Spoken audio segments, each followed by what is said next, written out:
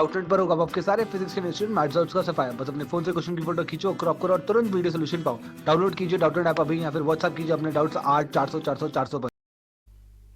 इस क्वेश्चन में हमें दिया गया है the weight mg of an extended body is generally shown in a diagram to act through the centre of mass. Does it mean that the earth does not attract other particles.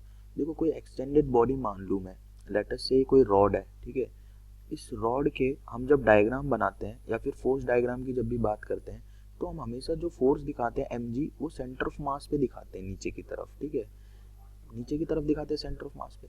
इसका मतलब कि जो question में पूछा गया बात वो ये है कि इसका मतलब क्या ये होगा कि यहाँ पे जो पार्टिकल्स होंगे उनको अर्थ नीचे खींच ही नहीं रही है, यानी कि उन पे तो ग्रेविटेशन लग ही नहीं रहा है, सिर्फ और सिर्फ सेंटर ऑफ मास को खींच रही है। ऐसा नहीं होता है, ठीक है। सेंटर ऑफ मास का मतलब क्या होता है कि पूरी बॉडी का जो मास है इफेक्टिवली आप यहाँ पे कंसंट्रेटेड मान सकते हो, यानी कि सारी एक्शंस जो इस बॉडी पे होंगी, इस बॉडी की डायनामिकली एक्शंस हो गई या फिर इस पे फोर्स लगने वाले हो गए, उनको आप मान सकते हो कि सारा इफेक्ट इसके सेंटर ऑफ मास पे प्रोड्यूस हो रहा है, यानी कि सेंटर ऑफ मास पे ही इफेक्ट पड़ रहा है, बाकी सारे पार्टिकल्स पे नहीं पड़ रहा। ये एक ऐसा पॉइंट होता है सेंटर ऑफ मास, ठीक है।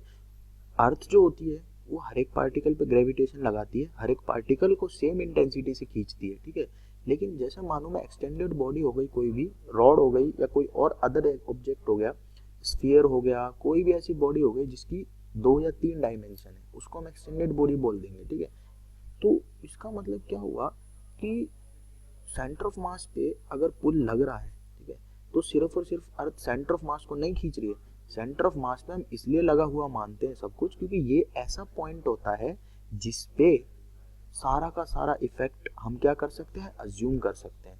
तो सेंटर ऑफ मास की डेफिनेशन से ही हम फिजिक्स में क्या करते हैं, सिर्फ सेंटर ऑफ मास पे फोर्स लगाते हैं, सेंटर ऑफ मास के अबाउट रोटेशन देखते हैं, सेंटर ऑफ मास को ही बहुत सारी चीजों में और कंसीडर करते हैं। अर्थ हमेशा क्या करती है, सारे पार्टिकल्स को पुल करती है, लेकिन हम जो प्रोड्यूस होता है इफेक्ट उसका पुलिंग का, वो सेंटर ऑफ मास पे मानते हैं।